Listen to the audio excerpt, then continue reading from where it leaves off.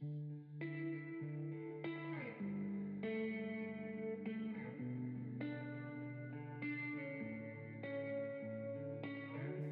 is a podcast by WellHouse Church, where personal spiritual growth is fueled through a variety of practices rather than a single prescriptive time of devotion, where we discuss different spiritual practices that help us be more present with God, others, and ourselves.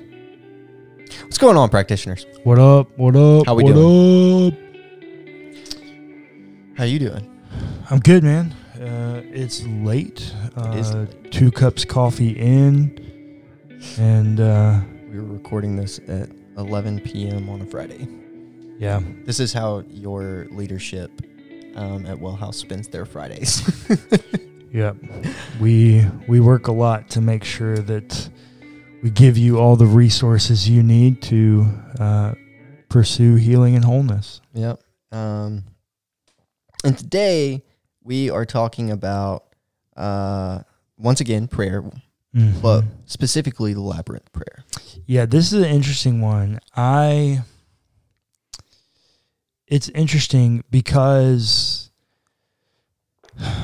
it's based off the idea of pilgrimage. Yeah. And we don't do pilgrimage very much.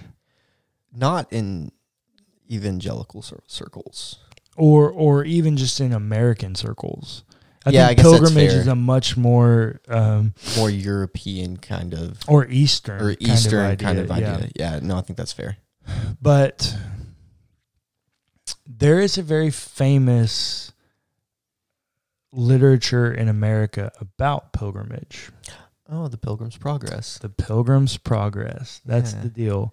Christian takes a pilgrimage, and basically what the storyline is he leaves the world behind and he goes on a pilgrimage in search of something. I won't spoil the book for you. It's actually a good book. If you haven't read it since high school, you should read it again. I don't know. Wow, you don't enjoy the allegory? I'm sorry. It's just, it's so dry. But you're not a reader.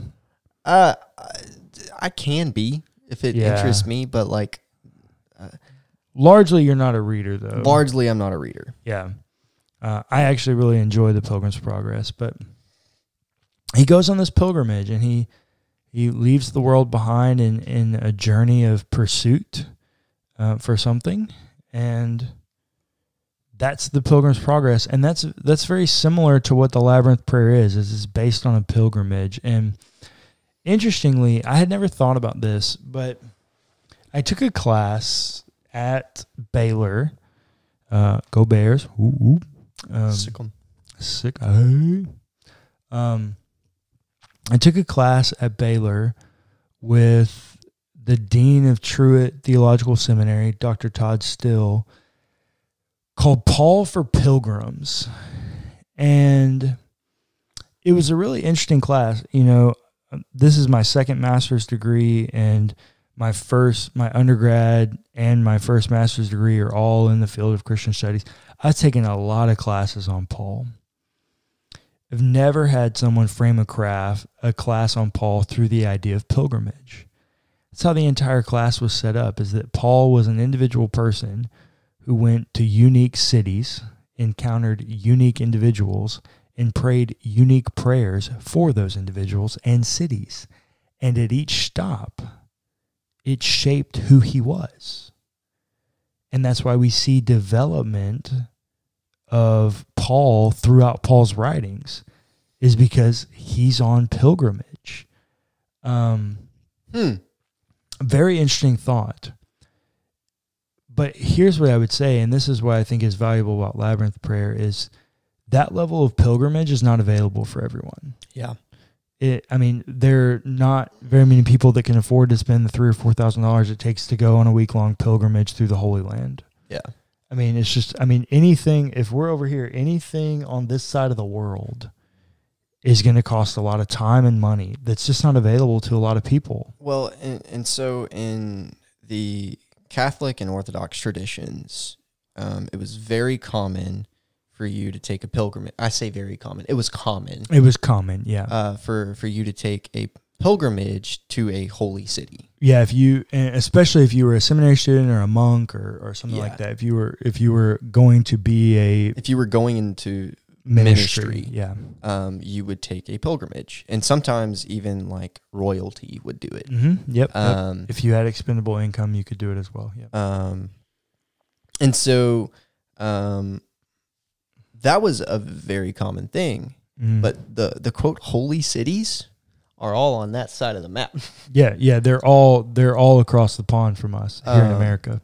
And so that's just not open to us. Now, to all of our listeners, I mean, interestingly enough, like 45% of all of our listeners are on that side of the world. Yeah.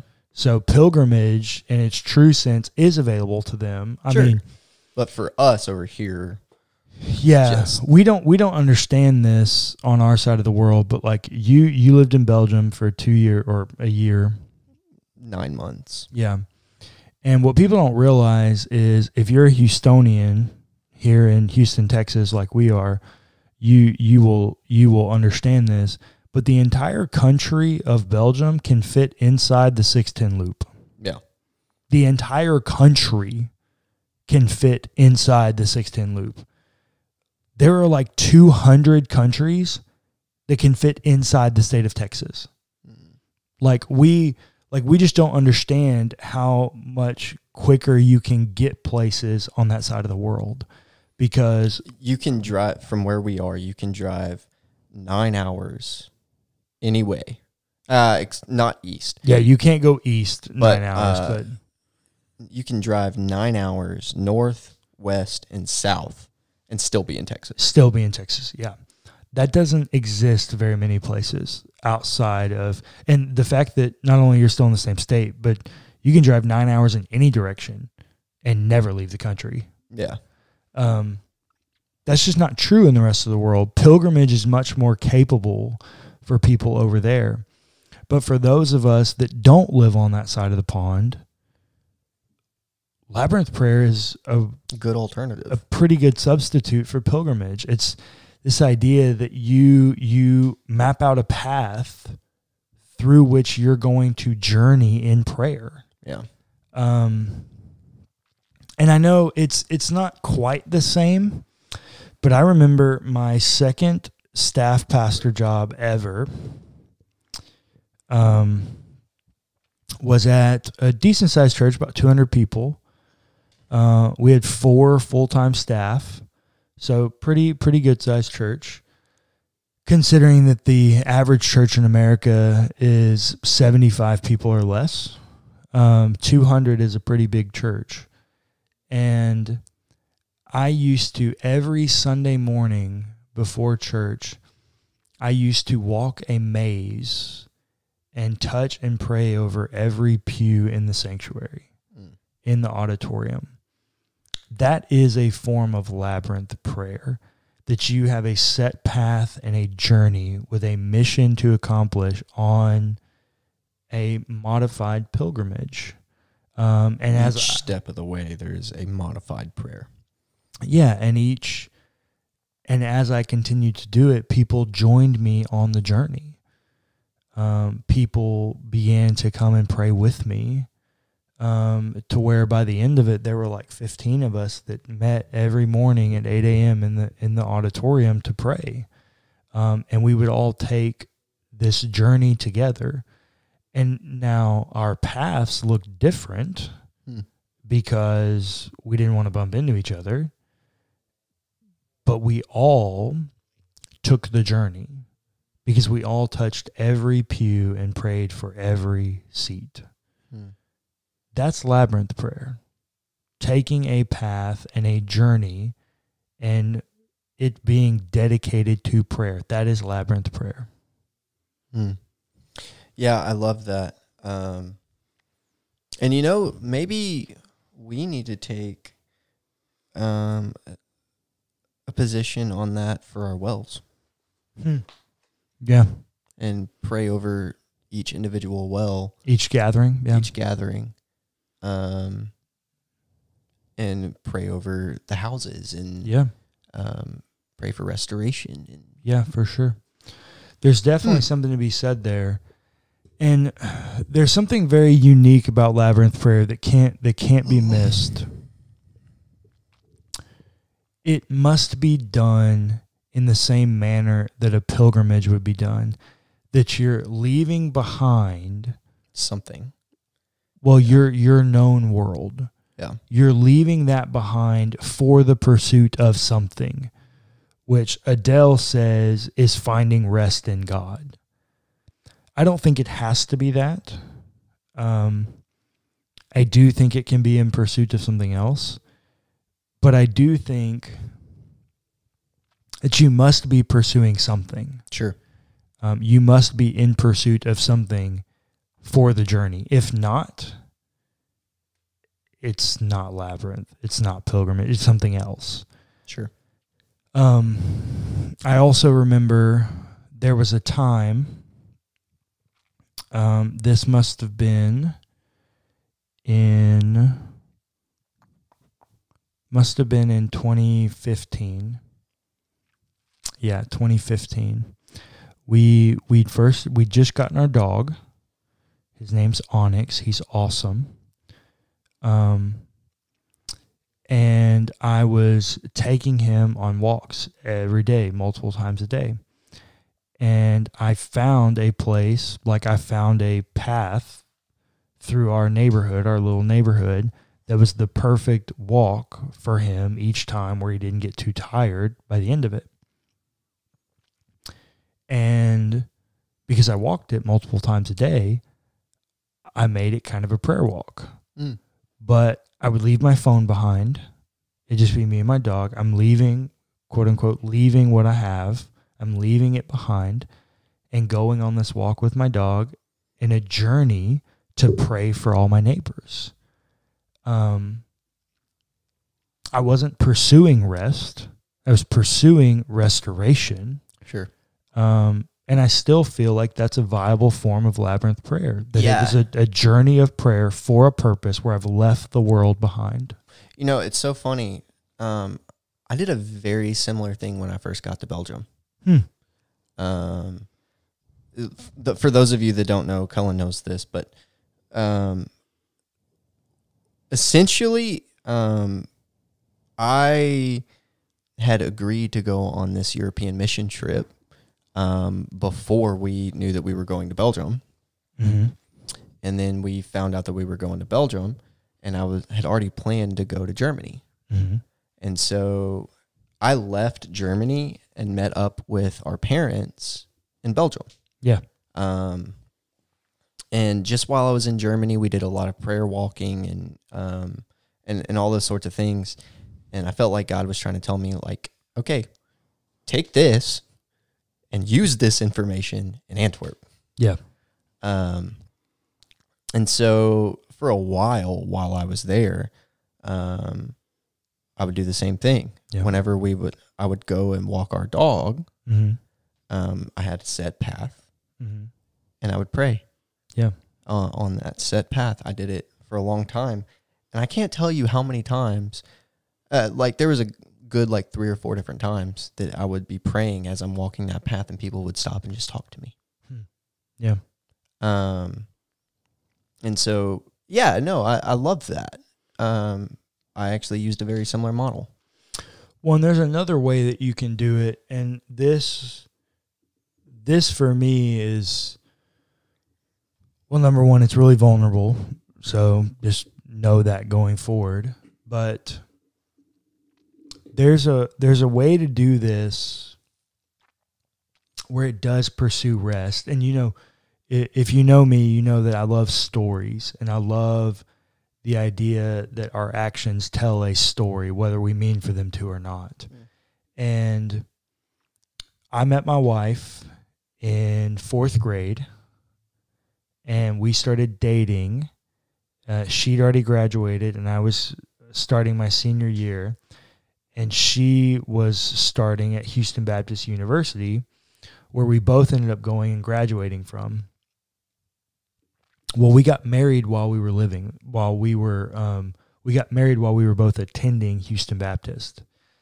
And it was really interesting because the week leading up to our wedding, whenever I got free time, we got married at Houston Baptist. Mm-hmm. We got married in the chapel there. And the week... Super cool, by the way. It is cool. They've got like a $3 million pipe organ. It's beautiful.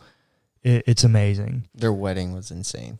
But the week leading up to our backstory here too.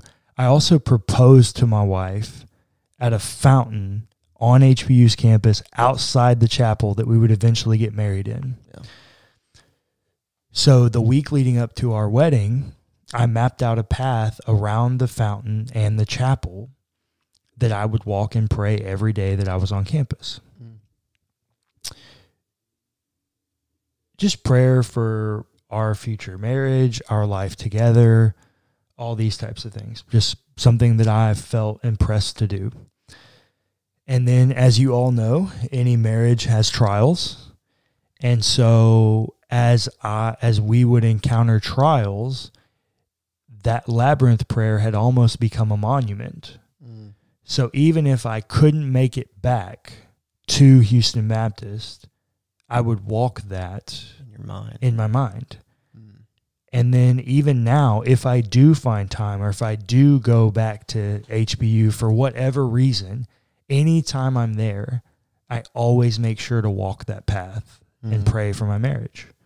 And it just so happens I've been there like 3 times in the last like 6 weeks or something. So like it's fresh on my mind that I do that. But that's another way that Labyrinth Prayer can work. You don't actually have to physically take the journey. If you have something that you've done that's meaningful to you or impactful to you, you can take that journey in your mind. Mm. And so I say all that to say, like, I don't know all of our listeners. I don't know their ages or situations, but like maybe you're in a wheelchair and you can't go walk somewhere. That's okay. Like, this is still a prayer practice that you can take this journey in your mind. Like, and that's fully acceptable. I do this regularly, that I take this walk across HBU's campus, this route that I had mapped out. I take this in my mind sometimes daily. I mean, at least for a season. I don't do it every day, but there are times where that's helpful to have something. And also because as you're doing that, the Lord will recall things to you that you've prayed previously. Mm. So like I used to have a certain thing that I always prayed when I walked the circle around the fountain where I proposed to my wife. I'd totally forgotten about it. Like I'd just totally forgotten about it until I recalled it, until I started doing it again, and the Lord recalled it to my mind. There are lots of ways that this can work as we walk and our mind makes associations with the things we see combined with the things we're praying that can be used for recall in moments where we need to find rest. Because that's the thing. I always save this specific prayer for my marriage and this journey around HBU's campus dedicated to when my marriage is having a problem and I need to find rest. Like I need to know that God is God. I need to know that He's a God of restoration. I need to know that He's a promise keeper. And I need to know that I need to find rest in whatever problem my marriage has come up with. Maybe it's financial, maybe it's relational, whatever it is. This is something that I have reserved for finding rest for the purpose of marital strife, which if you're married, is going to happen no matter what. Yeah. I mean, you can't be that close and dedicated to two people and not come up with conflicts. Like it's just going to happen. And so that is a way that you can use this journey, this labyrinth, this pilgrimage in a way to find rest and in a way to somewhat set up monuments. In the old school ways of pilgrimage, it wasn't something that happened, it was something that happened like one time. Yeah. Something you did one time. But if you do this in a way where it's something you return to, like your walk through Belgium, my walk in my neighborhood, walk through HBU's campus, there are moments in there that become monumental because you begin to see God at work in different ways, or you'll be at one place in the journey and you'll feel God speak to you or say something to you, and it'll just hit you. And you're like, wow, okay, so the next time I take the journey, I remember that moment. I remember, and I can hold firm to the promise that God made me, or the way God showed up. I can look back and know that God is active in the world. It's like Abraham's altars. Abraham's altars, the pillars that the Hebrews made, the Israelites made after the Exodus. I mean, it's all those things. I mean, truth is, that's a really good point. The Hebrew people are on pilgrimage when they're leaving Egypt. For 40 years. Well, they're wandering there because they screwed up their pilgrimage. But but they are on pilgrimage, but they're also on that side of the world. Yeah. And we can do pilgrimage here, but we're the new world. Yeah. I mean, we're only 300 years old. Yeah, pilgrimage looks a little bit different for us. Pilgrimage looks a little bit different. We don't have all of the history of this. And largely, if you look close at American history, it's all about power and oppression. Yeah. And so pilgrimage looks different here, but Labyrinth is really beautiful.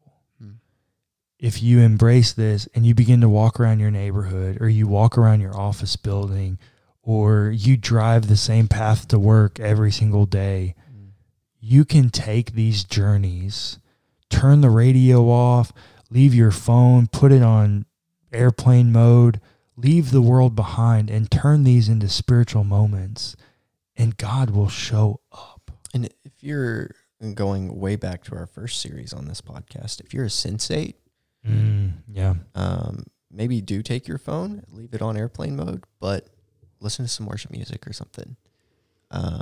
If that helps you in your experience. And I would say have like a set playlist that are all the same songs. Make it feel more like that Labyrinth. Like it's a dedicated path, But, yeah, if that helps you in your expression, do that too. Yeah. So the thing that I would say about Labyrinth to end this would be that the pilgrimage is a journey. And it's going to take some effort to make the journey. It's going to take some work. But the journey's worth the reward. The pilgrimage will lead to progress. And progress will lead to moments of perfection in Jesus.